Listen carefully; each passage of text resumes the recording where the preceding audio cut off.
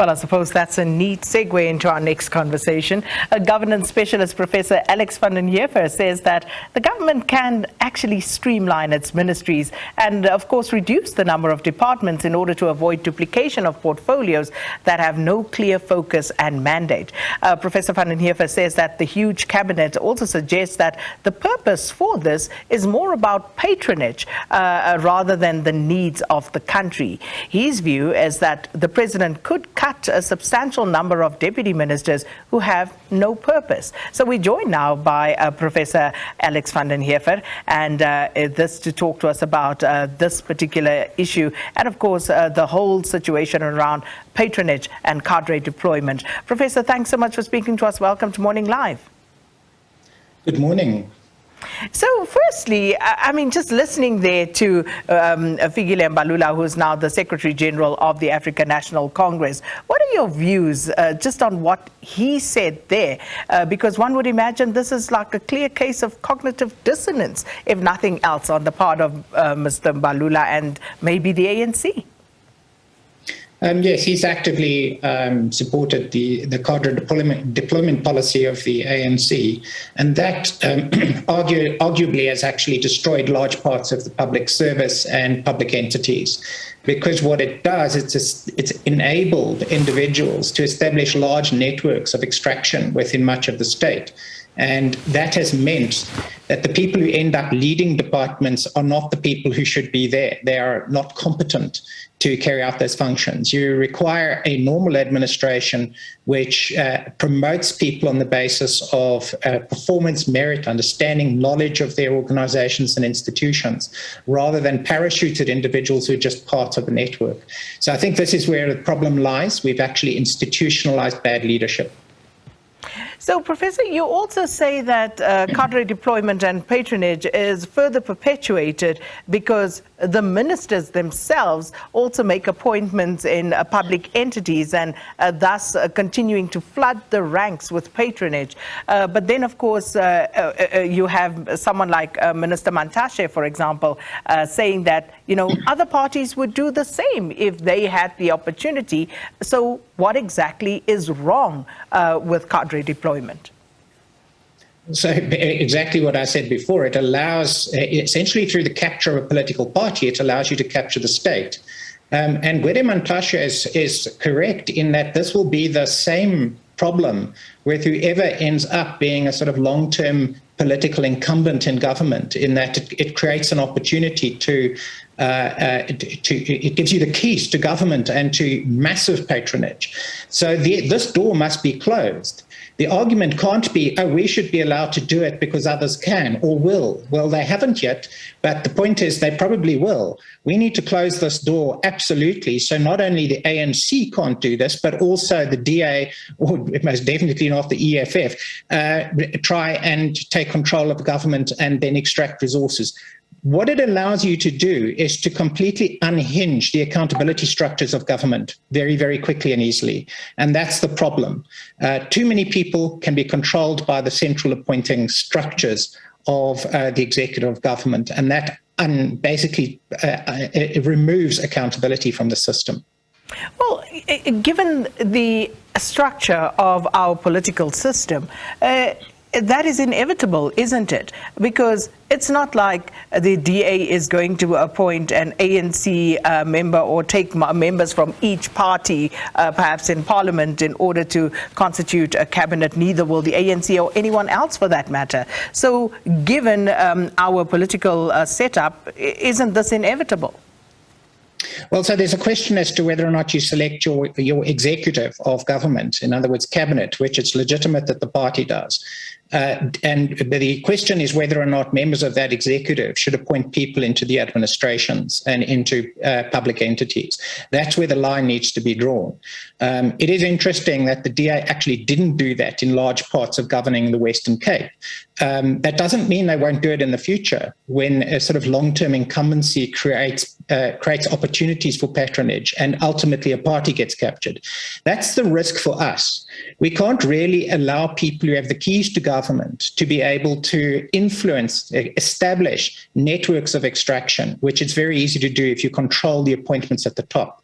So this is what many countries have already understood, is that you create a proper separation of powers between what the executive can do and what the public administrations can do. And this is absolutely essential for ensuring that we have an accountable public service.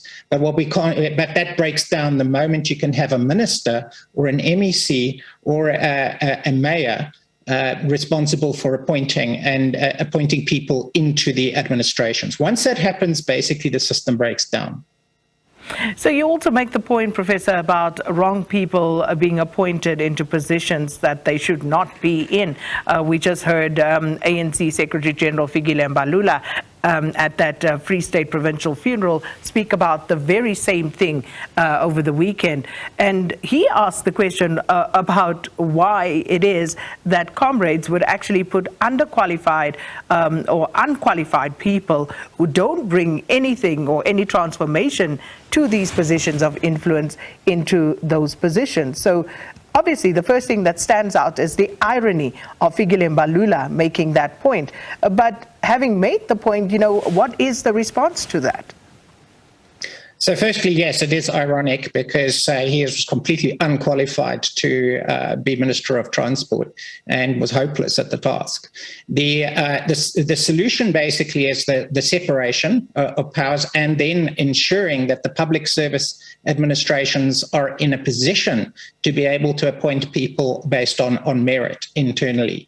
Now, getting to that point is going to be something that South Africa has to achieve. Otherwise, we will never turn around what's going on.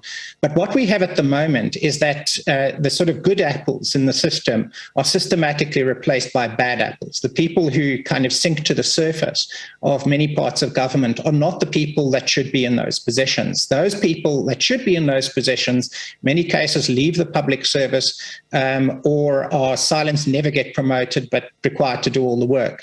That's the problem that we have. The people at the top are the people who should be at the bottom. So we've inverted large parts of the public service, and that's one of the reasons why the public service can't deliver at this point in time, and many public entities have just structurally failed. The people running them are people who shouldn't be in charge of such complex organizations. We know this, but it continues to happen. So where are we going with it? Well, we need to. So first of all, we don't have. So the ANC has demonstrated a sort of rank unwillingness to correct the problem of executive interference in administrations and public entities. The laws need to change. If you systematically analyze the state capture report, you will see where the capture occurs. It occurs directly through members of the executive, the power of the president to appoint people, to move them around and shift them so that he can get what he wants, and to break down any possibility of repercussions through independent state institutions. That's our starting point.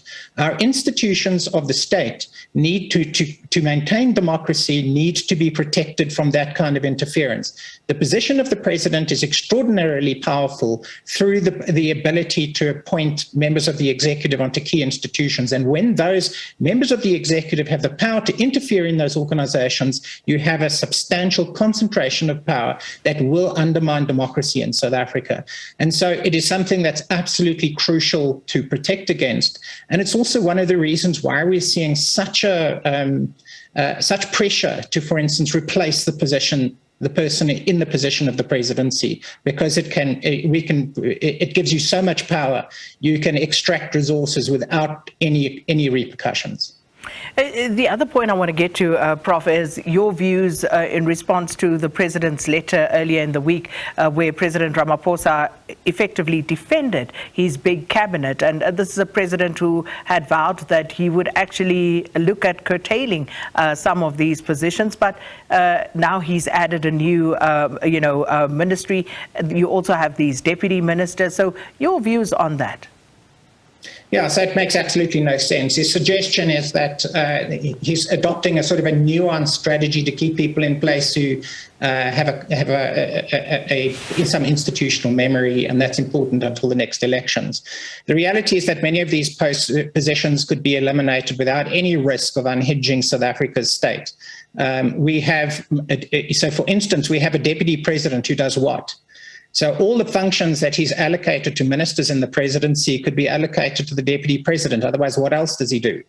Then we've got so the Minister of Women and Children and people with disabilities, that's already a function that is carried in multiple other ministries and is more effective in what it achieves. A Ministry of Women, Children and Disabilities doesn't actually have administrations and departments and an arm of government to make a difference.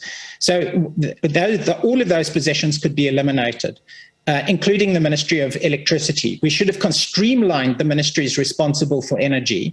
If there are incompetent ministers, they need to be removed. But you have one, you consolidate. You have one captain of a ship. Otherwise, you have chaos. The ministers of sport and tourism should be consolidated into a single ministry. It's not actually that hard. You've still got administrations below that, and it's important to note that the director generals are responsible for doing most of the work. The member of the executive doesn't. You've got so even that is already a substantial number of cabinet ministers that could be removed. And if you start to take into account the deputy ministers, all with their assistants, who knows what they do, many of them could be stripped away. Many of these departments don't require deputy ministers, and they don't do anything. They've got no powers. They're not really learning anything, and who knows what they're there for other than patronage within the party itself. In other words, we put people in these positions because then they vote for us in an electoral conference within the ANC. That's not a good enough reason for us spending billions on this cabinet that is ineffective as it stands. Well, Prof, we're going to have to leave it there. Professor Alex van den Heever from the Wits School of Governance saying that South Africa's bloated government is part of patronage politics that have dominated the public service, and it's not surprising that services continue to fail in spite of that.